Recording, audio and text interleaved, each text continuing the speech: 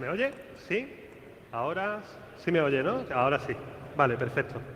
Anda, mira, tengo para pasar transparencia y todo. Bueno, pues...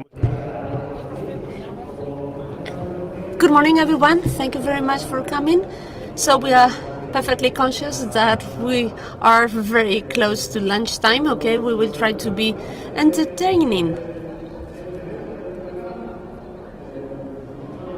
When the call for papers for CyberCamp was published, our company was very young, only 1.5 years. Still, we were very clear that one of our objectives was to make ourselves known, and one of our objectives were one of the things that we wanted to do were to participate in call of papers. And then at the time I had a presentation ready, a presentation that I delivered at the University of Malaga. That presentation was a 20-minute presentation, and this time we have an hour. So therefore, I decided not only to talk about my experience, but also to share with you the experience of my partner. And then I mentioned that to my wife, and then my wife said, well, my profile was a purely technical profile, and perhaps not everyone will feel related to it. But because my partner has a different profile, so we decided also to share that with you. Well, short ago we heard about talking about different profiles working in cybersecurity. You can tell from our clothing that we are two dramatically different profiles. And then when we take part in projects, okay, we often introduce ourselves as it says on the screen, okay, this is myself, this is my partner, Jose, and now because we are kind of very close to you, okay, we would just want to be warmer in our presentation. I come from Granada. I live in Antequera, so therefore I'm playing home today. I went to IT school in Granada. I love data, I love beer, and I fit in very well with this prototype of this person who had a vocation for cybersecurity, a vocation that started at a very, very young age. And I have hacking blood. One of my Gary is my ancestor. So what I said is that I carry that in my blood.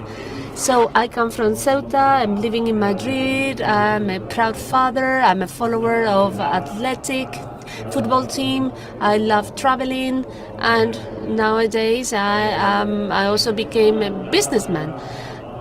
And now I would like to ask you, especially young people here, well, here in Spain many people are dreaming of becoming a civil servant, but nowadays being an entrepreneur is also trendy. How many of you in this room would like to be an entrepreneur? Well, there is a good number of people who want to be entrepreneurs. And that's why we are here for today.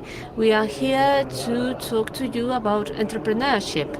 If we are realistic, well, our company is a young company, only 1.5 years, so we do not have that much experience, but still we feel that we are in a position to share something with you and to help you out.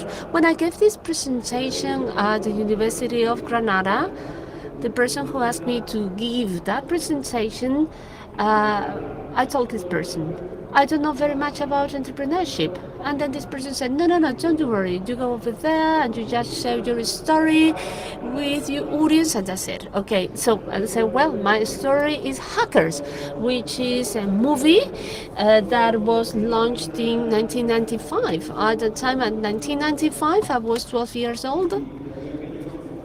and I was fascinated.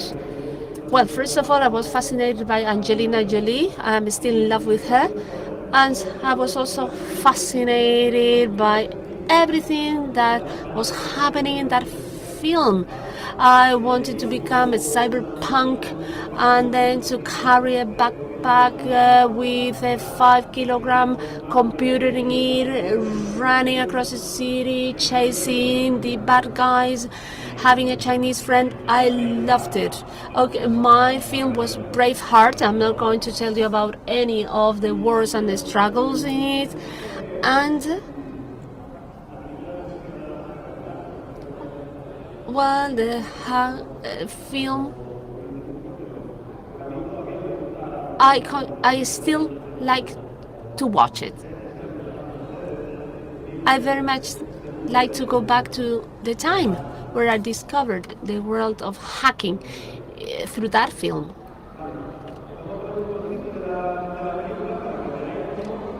Now I play some of the frames of the movie, and precisely what you will see is what Jose and myself are doing nowadays. So notice especially the part when they talk about the color books.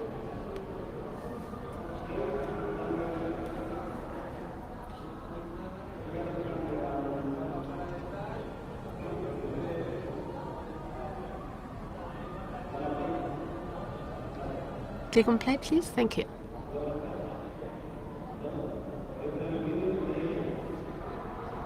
Can you play the video?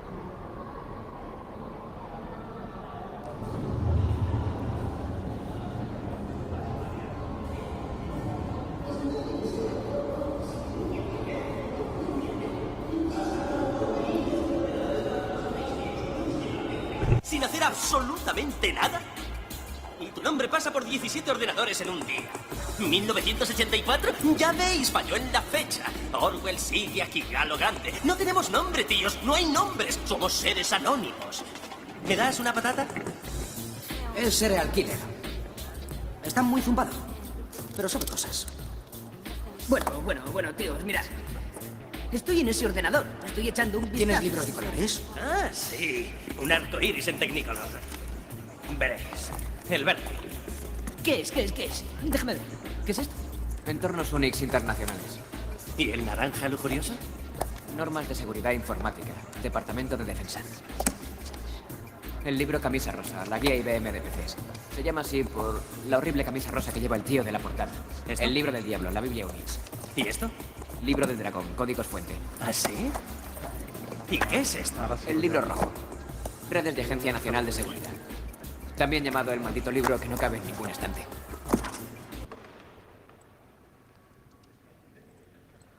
Esa película que a Javi le flipaba. That movie that Javi loved talked about that orange book, that US orange book, which was the first standard for system evaluation criteria. So, well, it started in the US and then many other countries joined it and implemented as a computer system evaluation criteria. It was, well, Javi and myself have been dealing and working in that computer system evaluation criteria for 11 years now. Okay, when Javi watched the film for the first time ever, he would have never have dreamt that at the end, in a few years' time, he would be working in that field. So the importance of that movie has been seen in a few years' time. And then when we talk about entrepreneurship, often we talk about the world of ideas, that you need to have like a breakthrough idea, a disruptive idea, innovative idea, an idea that would end up changing the world. But look what happened to me. Actually, I have no ideas. I don't think I ever had a disruptive idea. Well, I just had a business model and I tried to replicate it as best as possible. But what I always had in my life was a dream which was quite simple. That was to say, to devote my life to something that I loved, something that I was passionate about, and I also want to fulfill my dream and to live in the place where I want to live. I come from Granada and I love Granada and I want to live in Granada. And I also wanted to fulfill my dream and to work with the people that I wanted to work with. And now a dream that you put a date to becomes a goal. A goal which is broken down in steps becomes a plan, and an implemented plan can turn a dream into reality. Okay, this is the only complex to follow statement from the self-help book, but at the end of the day, this is true. This is the way it is. We all have dreams, but we really need to put a date, a deadline to fulfill our dreams. We need to give a time frame to it. If we don't do that, we will be most likely be beaten or by laziness or by mandates of society or by what the others expect from us. And then also extremely important, having a plan. If you want to achieve a goal, the best way or easiest way to achieve your goal is to break it down into steps. The steps that you have to follow that ultimately will take you to fulfill your dream. And this is what I did. Step number 1. Work in the field that I want to work. Have you heard about Ikigai? This word here? It's a term, a Japanese word that means what makes you wake up get up every morning. It became very famous after a TED Talk. I guess you're familiar with TED Talks. It was a talk about longevity. They carried out a study and they saw in which regions of the world people lived longer. And they saw there was a bunch of isles south of Japan, Okinawa region, where people lived longer, even longer than the rest of Japan, which is the country with the highest life expectancy in the world. And besides the climate, food and other factors, one of the factors that made these people live longer was that everyone had a clear idea about their Ikigai, the thing that made them get up every morning. Later on, psychologists have developed this idea, and they say that Ikigai is the crossing point or the combination of the things you like, the things the world needs, the things you can be paid for, the things you're good at. The crossing point between these 4 areas is your Ikigai. Here we say the passion, your mission, your vocation and your profession. If you combine these 4 things and you can do that, apparently you're going to live longer. In order to find your Ikigai, they say that you need to ask yourself 4 questions. First, with which things you feel really comfortable. There are people who feel really comfortable speaking in front of an audience, but for other people, it's horrible. For other people, risky sports is really great, and for others, well, they would never do it. Another question, with which activities time goes by really quickly? I'm sure there are things that you start to do them and time goes by very quickly. It's 3 a.m. And you still sit in front of your computer and you say, oh, I can't believe I haven't realized how late it is. What things you find easy to do? We all have natural talents, natural skills. Some people draw perfectly well, and others, like myself, we're poor drawers. So natural abilities define your ikigai. For example, I cannot prepare a PowerPoint presentation. I can't do it. The last question was, what did you like when you were a child? That's very important in order to discover your ikigai. As we get older, society teaches you things, they force you towards a path which is not necessarily yours, but when you're a kid, you do things more naturally and you devote your time to things that make you happy. In my case, it was perfectly clear. When I was a kid, I liked this. I was super freak.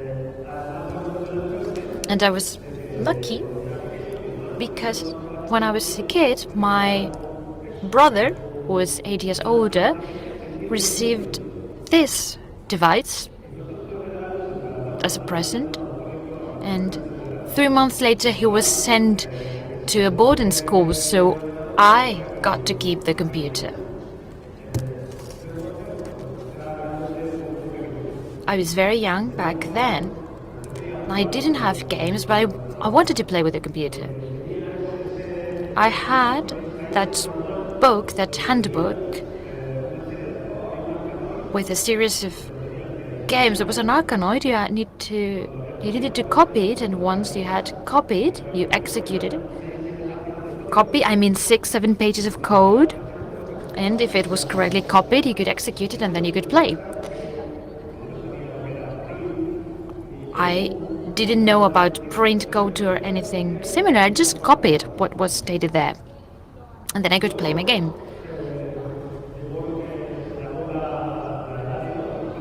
Then we had the golden age of Spanish software. There were plenty of games. I could play with plenty of games, but that my mother bought me at department stores or in flea markets. They were cracked games. They were like this. It looked like they were great, but the graphics back then were more or less like this. So there was a difference between the cover and the actual game. And my first contact with the hacking world was pokes. This is before the internet era. Back then we didn't have internet at home. And the only way we could access this type of information were the magazines that reached your neighborhood if you were lucky, because if they didn't, you had to go to the other part of the city to look for the magazines. This comes from the English verb to poke, which means to change. When you change a memory address, it was a code, like pseudo-assembling code, and you modify the game so that when it detected that you had crashed into your enemy, well, it was as if you hadn't crashed into it, and things like that. So you can imagine, after all of this, when I was 15, I was studying at high school. I thought I was God with my Linux. I used diskettes to install it. I had just watched the film Hackers. I spent the whole night in IRC, remote session. I did everything I could. I used to tell my parents, I'm going to be a self-taught hacker. I study and going to learn much more than at university. My mother was terrified at the thought that his child was going to end up in prison, robbing banks. Poor woman. And one day she said, you're going to go to university, you're going to study computing science. So I went there to Granada to study that. I didn't like it because I wanted to be a self-taught hacker, but with time I thanked it because I learned a lot of data structure, mathematics that were essential to understand more complicated concepts, and also the naps I took and the friends I made. We were thinner in that picture, but that's us. And I have nice memories from that time. We studied at university for 5 years, so not bad. We didn't like going to class, but we managed to finish our studies in 5 years. But I wanted to continue in the world of cybersecurity, but unfortunately, Granada was not a good place for that. In 2006, the word cybersecurity was not something you would hear in Granada. So, like many people from my class, I had to go to Madrid. I started to work for a consulting company, and after a while I received a job proposal, a job offer in which a job was offered, and they required knowledge about assembling, regular expressions, and for me that was the big opportunity, so I went for it, I got it, and I started to work there with that orange book. I remember then when they told me that I was accepted, they sent me 4 PDF files for me to read, these 4 books. And for me it was a dream come true because I could finally work in what I wanted. My life was simpler. When I was a kid, I used to play football. Perhaps I watched football with my father on TV, but that was it. I had never heard about cybersecurity. I was doing what I wanted. But it's true that when you're a child, an adolescent, a teenager, that's important for you. There are some things that happened and have a consequence in the future. I would say that was mainly my parents. My father used to say this, walk the talk. I couldn't just say that I had studied but I had failed the exam. No, he wanted hard facts, and throughout your life you want facts. Another thing my father said, you have to listen, see, and shut up. I would change it. I think you have to speak up when it's the right time, not at the wrong time. And this sentence is from my mother.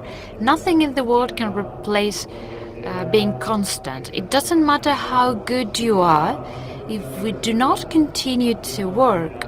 In the world of cybersecurity, what we did 10 years ago is completely different from now. You have to recycle yourself all the time. So the education you receive when you're a child, even if it had nothing to do with cybersecurity, it laid the foundations for my training. I've always looked for challenges. I remember I was at school in Ceuta, I was very happy. But I saw that I received good marks, even I didn't do a good job. I got bored. And I remember that when it was time to move on to high school, I told my parents I wanted to go to a public high school. So I went there, it was very good for me, and my little brother went to that high school after me. Then, picking up a degree at university, I studied computer science because when I was in high school, there was a psychologist there, and he told me, okay, you're going to become really rich with computing science. I didn't have much options, and I said, okay, why not? Perhaps I think I've let myself flow until I decided to do what I was going to do with my life. I started to work with a consulting company in Madrid because they come to an employment fair in Granada. They showed us a job, a first experience, and back then it was quite fashionable working for a consulting company. We just spent the 6-7 months Are you familiar with cultural overtime? Well, 12 years ago, the cool thing was staying after working hours, because other times it would look like you were not good enough. After a while there, I said, "These guys are crazy," and I left when my working hours were over. And in the consulting world, the usual thing was for bosses to be really hard on you. As I've said before, my football team is Atleti, and our coach says that people behave in the football pitch the same way they behave in their personal life.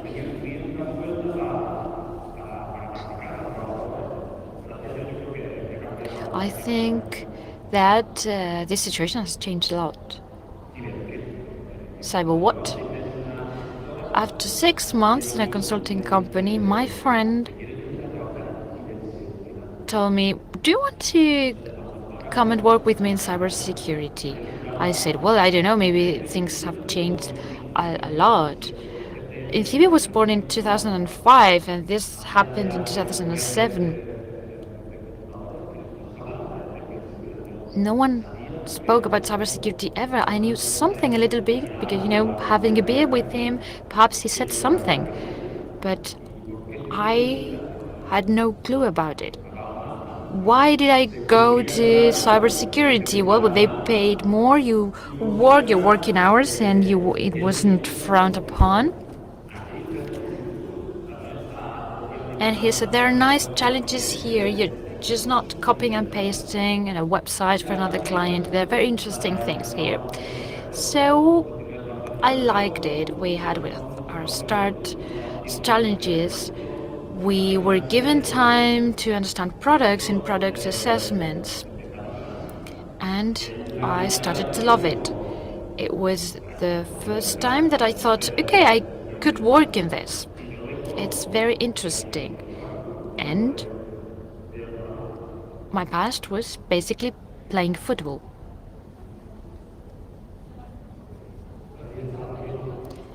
Madrid was nice.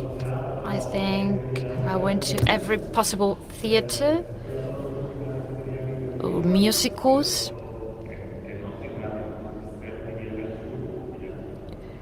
Don't get fooled. His wife lived in the south of Spain. Yes, my wife lived in the south of Spain, and I had a dream. I wanted to do this, but in the south of Spain, not in Madrid. So the date came closer. I worked in Madrid for 5 years. I learned what it was getting up early in the morning in order to go to work, traffic jams, managing teams, teaching people, junior people, learning from people with more experience, being humble and accepting that there are people that are much better than you are.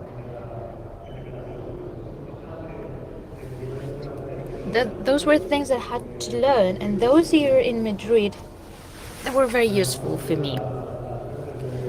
Then I was lucky to work with Jose there. We were friends from university. Those of you who have done things like this one, there are few feelings which can compare to overcome a challenge.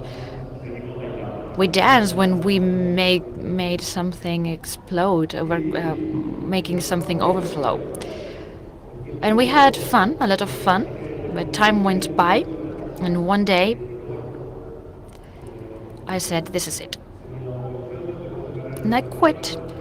I had a good salary, a promising career, but it's not what I wanted. So with the contacts I made, I went to Granada, and I had a part-time job in Biotronic, my sister-in-law's company. Well, that's live. She worked in microcontrollers, and I helped her. And at the same time, The other part of my day was devoted to cybersecurity consulting as a freelance. So I could work in something I liked in the city I liked, in the middle of the crisis, so he was very brave. And I was with my girlfriend back then, she's my wife today, so it was great, wonderful years. However,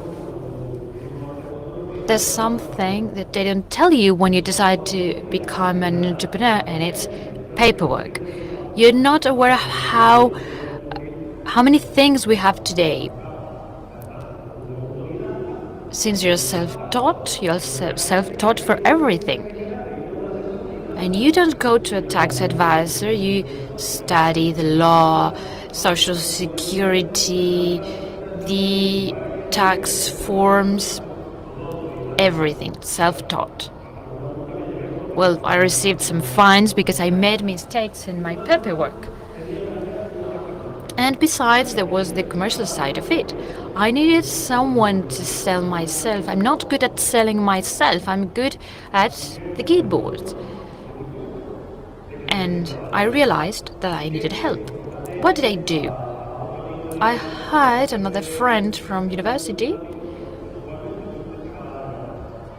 His company had just went into bankruptcy. And I realized that he did the cool things and I was his salesperson, I did the paperwork, but he did the coolest things.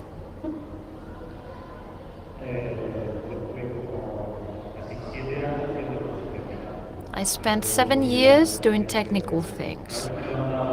But at some point, every time I woke up in the morning, it was more than a little boy when they have to go to school. I'd liked learning, I had the foundations, but I was bored. And you don't know how sad it is to wake up in the morning in order to go to work without wanting to. And I wanted something else.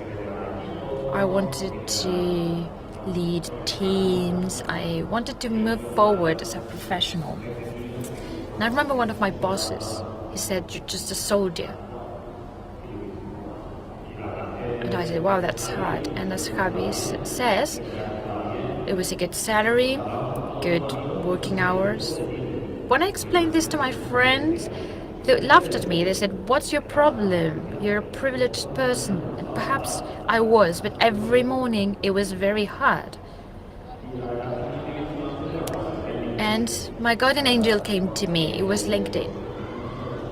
I would have never thought of sending CVs to companies in the industry. And one day, a company called me and they said, it was a competitor, and they said, "Do you want to be in charge the common criteria whole service?" At the beginning I said, "They're crazy. What do they see in myself?" Nowadays LinkedIn is a very common thing, but 4 or 5 years ago it wasn't that common. In fact, they contacted us through LinkedIn, but they called the company. They called my company and asked for me. And that's how my new adventure was born. My new life, I would say. They told me that I had to be a technical manager. I said, "That's perfect. I helped the projects. I had to travel. At the beginning, it was really cool. Once you start to travel all the time, you didn't like it that much. But I was young, so I had everything in control. Managing teams. It was okay. I like being with people. I like that part.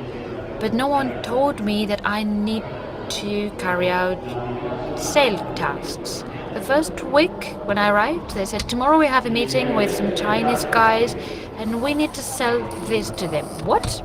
Do you know who you've hired? Perhaps you're wrong. And no one ever trained me about how to sell. And now I sell my company's services. So my only solution was being myself. I'm not interested at selling techniques. What I did back then and what I do now was being honest with people, being myself. Before explaining a problem, I had to make my problem mine, and then I had to provide my client with solutions. I have a story with a client from Israel. They called on a Sunday. They were very angry because we had made a big mistake. And we accepted it, we started work on it, we solved it, and that same client has continued to work with us because he would say, perhaps someone else would have blamed others or read the small things in the contract, but we just accepted reality. There's been a failure, we fail all the time. Javi tells me I'm bipolar. I say one thing, then he talks to me, and then I change my view, and I say, it's okay, I've just changed my mind.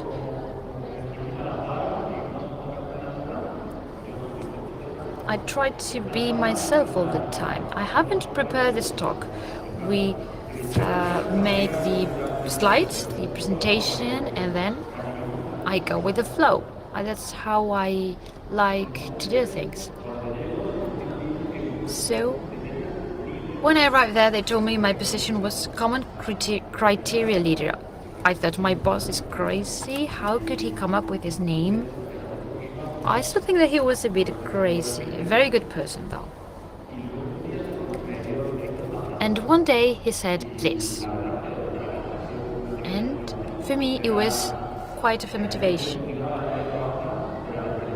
He was motivated to see that people below him in the company, he was motivated to see them grow. I'm sure he's happy for me. And I have that with people working with me. I always try that they grow, to make them grow. And if you manage to do that in the future, you'll see how satisfactory it is.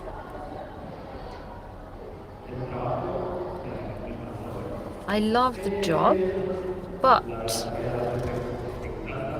the truth is that sometimes you love it so much that, well, sometimes I thought the money earned by the company was mine.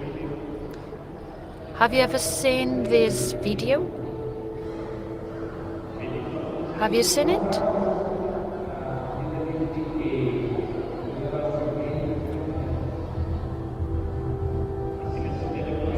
That's how I felt when I was given the job.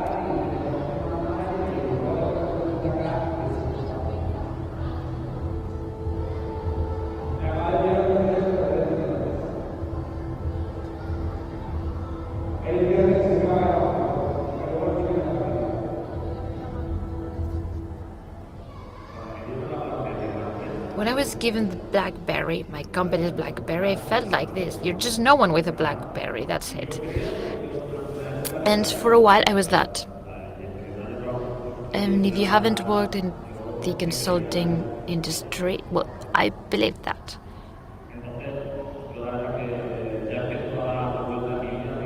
So I saw that my life was not a normal one. It was very important to have a personal life, to have a balance. And with the workers I have in my company, I have weird office hours because I'm taking care of my kid, and I send emails at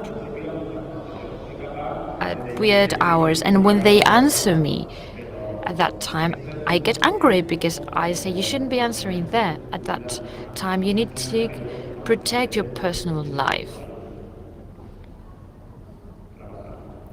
And now it's Javi's turn.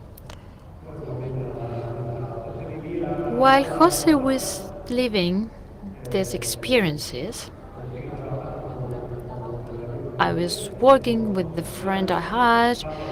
We did cool things. We had some sort of infrastructure, but we were working in a small room in my flat. It was our office. It was not a garage, but it was the idea. It was like Bill Gates' garage. Yes, but it was second floor. At some point, I wanted to do something else. I wanted to stop being under the radar. I wanted to start doing bigger things. And also, I was given the opportunity to be a teacher in the master's degree in cybersecurity at the University of Granada. So I thought that the pieces started to fit together to do something bigger. I'd been talking to Jose for a while, saying, well, why don't we create something together? We've worked and we were a good team, and he represented the commercial side of things. He had the ability of talking to clients, and he has a good technical background. So apparently the pieces of this puzzle were fitting little by little. He hasn't said that he was very scared at creating a company. And I had a bit of a disappointment. I think that first you have to give and then you have to receive. But requesting, well, if you've just been 2 months in a company, you can't request. I like things to come naturally. After 2 years, the company had grown a lot. The department decided not to increase my salary. I said, okay, I have to travel less, and say, okay, Jose, but on Monday, please come to Barcelona because we have a very important meeting. I requested more resources for more people, and there were promises that were never fulfilled. At some point, I felt like I was being a fool. We weren't thinking in being entrepreneurs, just life brought me here. But at some point, I took the decision.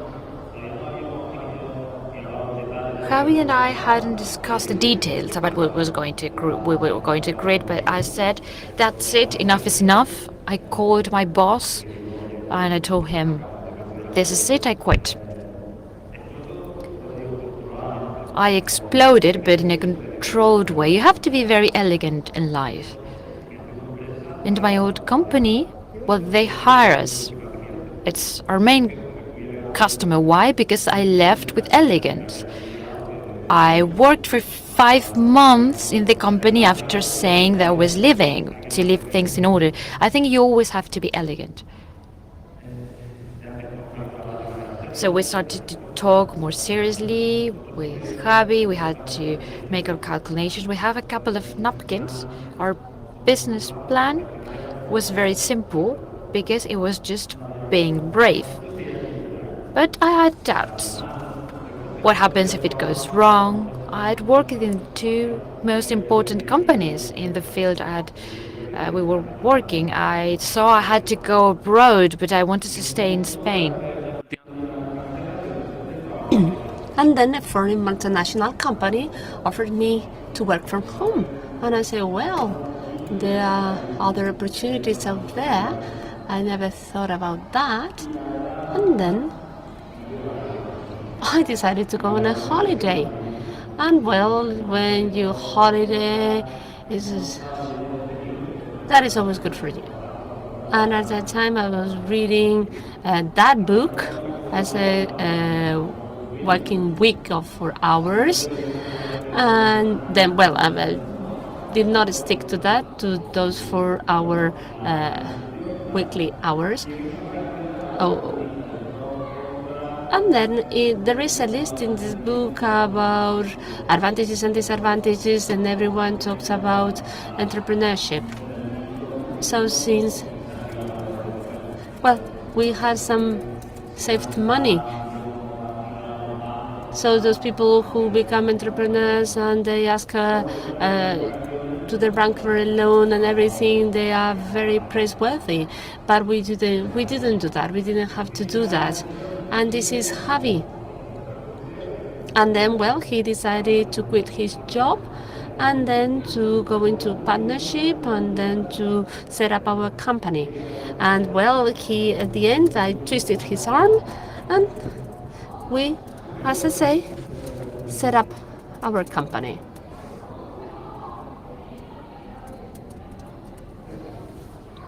What is that? It's a problem with the presentation. Okay. you know the demo effect? This is exactly the same thing. And as I say, we started to build a team because I was teaching the cybersecurity master's course. Then we offered some people to come and work with us. And then we also hired someone to take care of administration and, bureaucracy.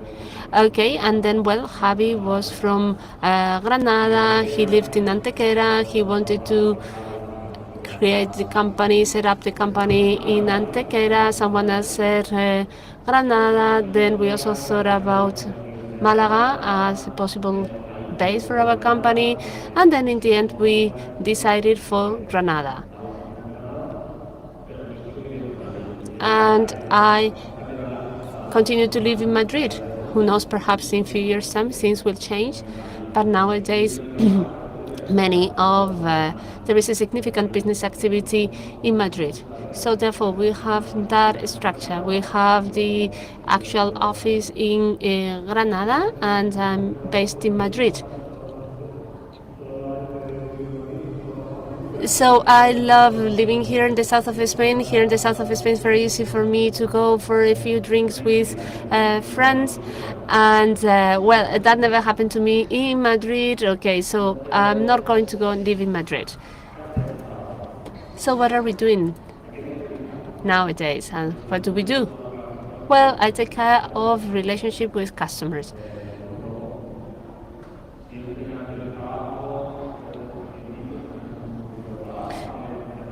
Well, in the other jobs that I had, I also did lots of teamwork. Our company is a very small company. Our sales force is just about building up great working groups. And, this is what I do. Teamwork, building up good teams, and doing good teamwork. And then, as much as possible, we try to deliver presentations, to attend conferences, so that to make ourselves known, because we do not have any sales reps in our company. We also give very good level of service to our clients, to our teams. I treat them the way I would like them to treat me. Now I also like to have a life other than my professional life. I spend time with my kids. The time that I could not spend with my kids if I were to work for a multinational company, I pray so that my clients pay me on time or duly. And then what do I do? Well, I have fun breaking things. This is something that I always wanted to do. Now I'm doing it. And I also lead a team of hackers, which is even better fun than being a hacker yourself. And then we also do R&D. We do our small research. We know that this is important for team building. And now and again, because of the research and development that we do, we are offered to give presentations at conferences and congresses. And we also take part in competitions such as CTF. Well, at the end of the day, our company is driven by 3 values: technical excellence, also commitment with our clients. In some of the projects that we carry out, we lose money, and but we are sure that we want to implement that project with work with that client, and then time to market. This is what we offer as a competitive edge. And these are the outside values. But when we decided to create our company, we decided also to stick to a number of internal values. So the first project that we carried out together was in Malaysia. So the 2 of us decided to fly over there, 12-hour flights. Then a few years later, we were in Thailand. And then in that in the trip to Thailand, we decided to write down the 10 values that we believed were core for our company, and then in the end we end up with this decalogue, with this list of 10 values. So having these values in place is very, very important, because sometimes you are very busy and then you tend to forget. So if we ever forget, we come back to those values, and then these are values that we also share and communicate with our employees. So we just don't want our company to be just a pure machine to make money. And now, tips for successful company. Be surrounded by the best people. This thing, in all the projects, you require to have multidisciplinary team. Someone who is aware of hardware hacking, the other one who knows about reversing, others about exploiting. So it is just impossible to know it all. Also, motivating your employees, help them grow, make them grow. So in our company, there are already 2 people who have already delivered presentations at hacking conferences. So we want them to go back to their families and to feel proud of the company where they work, and to speak good of ourselves or the company they work in. And then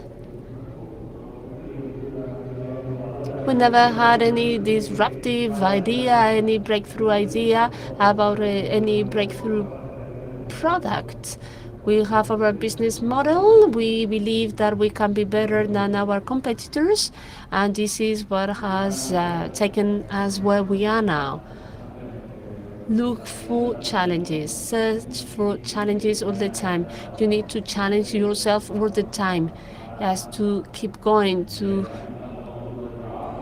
So now we have turned up teamwork, and we will be taking part in the European Limb Fair. Since for the last month, I've been the program director of 2 congresses. We are all the time doing new things that help us to drive ourselves, to develop ourselves professionally. So not always things take place immediately. Thinking in the long term is always important. You have to be elegant. You have to be sure that what you will do today will bear fruits tomorrow. If you treat a client badly, if you treat an employee badly, you will see the negative impact of it very soon. Taking risks, but with some control, with some level of control. It is good to make decisions, but timely, the right time. Mainly, you want to become entrepreneurs, and then, perfect, but be entrepreneurs when you are ready for it, when you have all the necessary basis for it. Many startups are created, but many of them also fail very soon after being created, and I feel that could be really disappointing. Also, what a takeaway message: go for that you actually love. So we may get trained finish training at 22 years old and get retired at 65. Life expectancy is set at 84 years old. So it means that you will spend 42 years at work or working, looking forward for Friday and time off. So balance between work and life, that is just essential. Believe it. This might hurt. You have to believe it yourself. Be yourself. Clients like that a lot. The other day I was with a client, and he told me,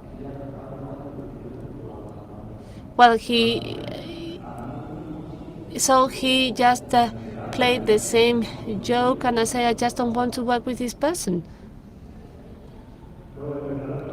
And then the market The global is a global market. You can do good cybersecurity from Malaga, from Granada, from your small town. 80% of our invoicing or turnover comes from work that we do outside Spain.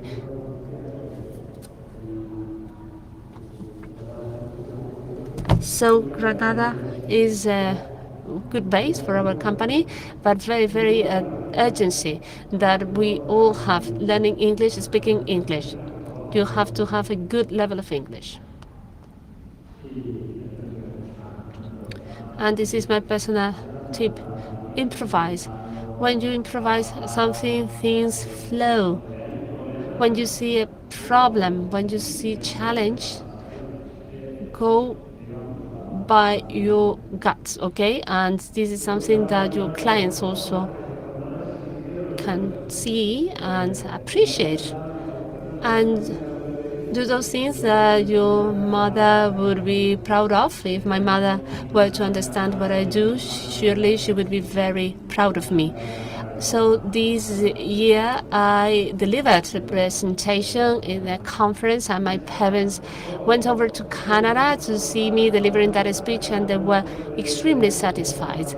And well, thank you very much for putting up with us up until now. So we wish you all the best in everything you decide to do in life, and then, well, as long as you are happy. Right. Thank you very much.